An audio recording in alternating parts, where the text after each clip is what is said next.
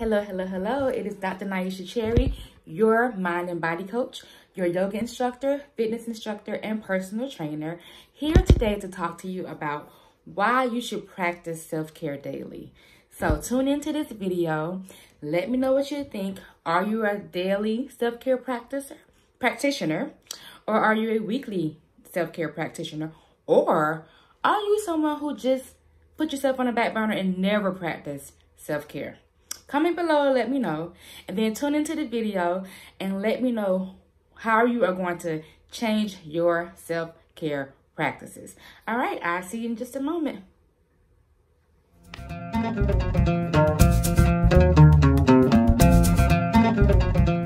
Today we're talking about why you should practice self-care daily. Not just the weekend, not just one day a week, not just when you have time. Self-care should be a priority in your life. And I asked that question in our group today, do you practice daily or weekly? Because I know a lot of people who don't practice daily. A lot of people say, I don't have time, or I'll get around to it. And then what happens is you forget. You put yourself on the back burner. You don't do it. So make sure that you prioritize yourself on the self-care list. So why you should practice self-care? Well, first and foremost, I was doing some research and reading up and things, and I saw they have from the American Heart Association Journal that it's evidence showing that self-care, when you don't practice self-care, it leads to cardiovascular disease. So heart disease, and it's, heart health month. So we're trying to be healthy. So practicing self-care can reduce your chances of getting cardiovascular disease. And that's like a high killer of women. So please, please, please, if you have not started practicing self-care, implement it so that you can reduce your chances of developing cardiovascular disease. So let's talk about some things that may lead to cardiovascular disease and other illnesses because you're not practicing self-care. So one, when you're not practicing self-care, you're just letting that stress sit on you. So practicing self-care helps you to release stress, right? When we practice self-care, it's kind of like a prerequisite to handling your issues better. So when you practice your self-care every day, you're setting yourself up for success to reduce stress. And also, we know that stress not only leads to like heart issues, but stress leads to weight gain, and all kinds of other diseases that happen because of stress. So that is a great way to get healthier overall, because practicing your self-care routine is a holistic thing.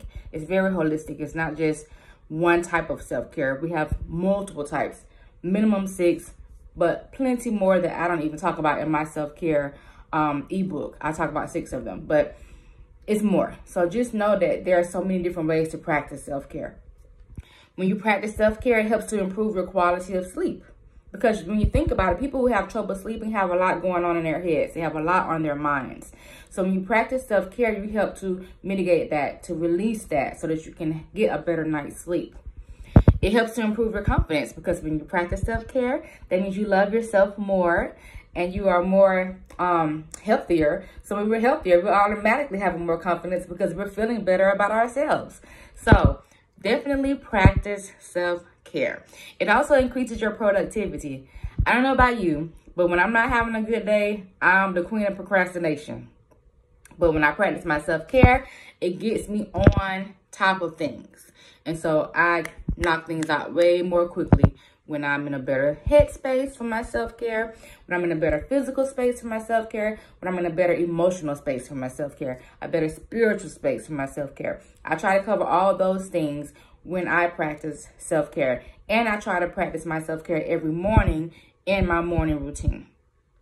So maintaining your self-care practice helps to heal your body, your mind, and your spirit. Okay, it's very holistic. It heals you all the way around. So it's super, super, super important.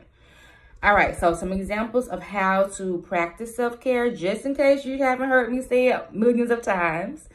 Practice mindfulness. So when you practice mindfulness, you're actually like sitting down and really being in the present moment, paying attention to what you're doing And so you're acknowledging all of the emotions that are wrapped up in whatever you're doing. So let's say you're eating a meal. Well, when you sit down and you practice mindfulness when you're eating a meal, you're actually acknowledging what the food tastes like, smells like, feels like in your mouth, feels like as it's being digested, things of that nature, instead of just gobbling your food down. So you're actually spending time enjoying the food. Sometimes we don't even know what food really tastes like because we're eating so fast and so mindlessly. And so then when we actually sit down and taste it, we can be like, this is really good, or I really don't like this. So practice eating mindfully and doing other things mindfully. Actually being in a present moment, not multitasking, not having your phone out while you're eating and watching TV, like just actually being in the moment. And when you be mindful, when you're in the moment, especially when you're having a conversation with other people, they feel so much more appreciated. They feel like you're really listening to them, because when you're practicing mindfulness, you're practicing active listening. Make time for your passion and what matters to you. That's another way of showing your self-care. Okay, so things are important to us that are outside of just work, right? So whatever that is for you, maybe you like to paint. Spend time painting. Enjoy it, right? Maybe journal. I journal every day. So maybe journaling out how you're feeling. Maybe journaling out what you plan on accomplishing. So futuristic journaling, visualization in your journaling. All of those things are so helpful.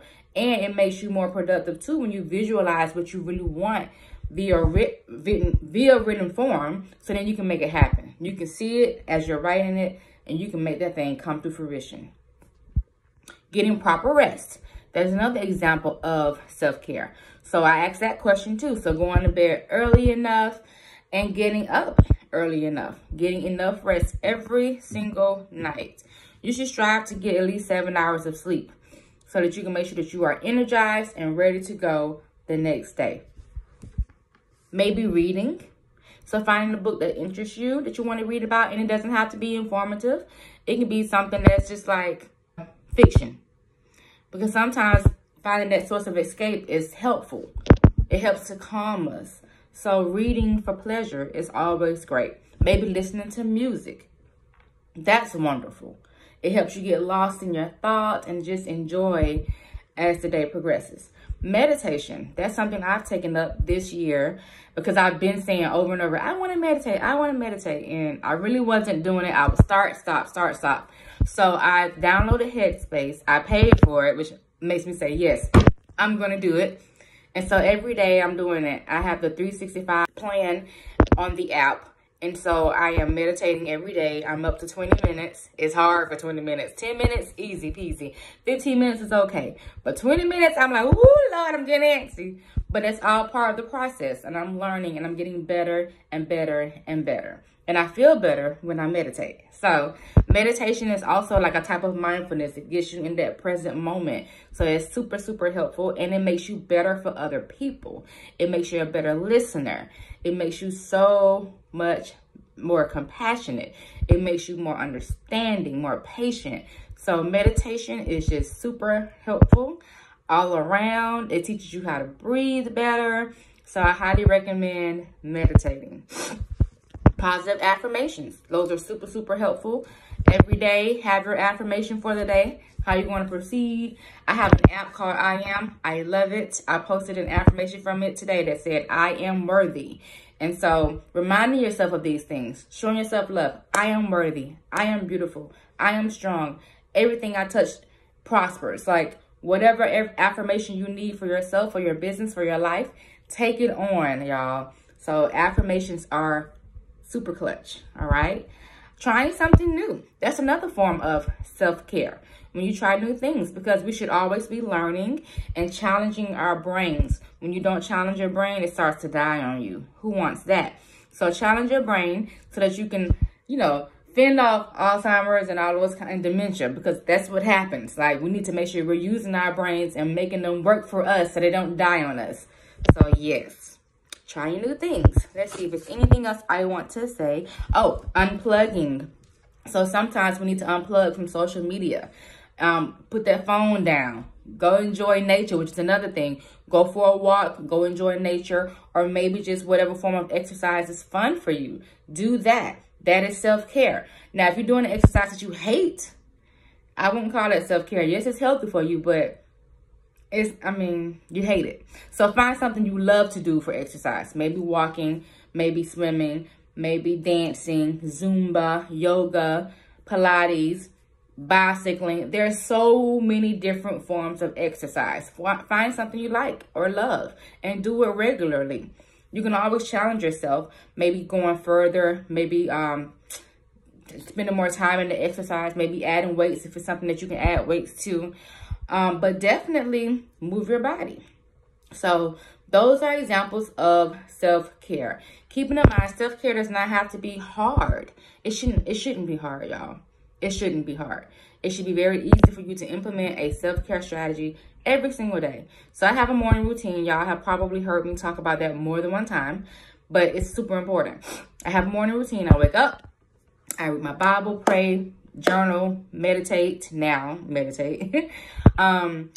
plan my meals for the day, plan my exercise for the day, plan, what else? Well, I write out what I'm doing for self-care, which is involved with the whole morning routine anyway.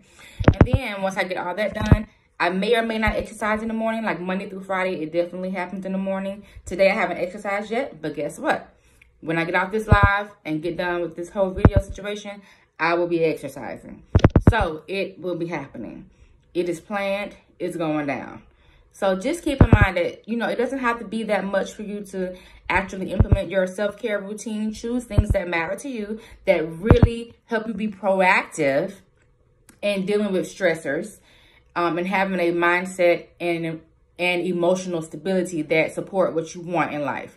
So that's all it's about, being proactive, keeping your emotions at bay, decluttering your emotions, having a mindset that supports what you want in life.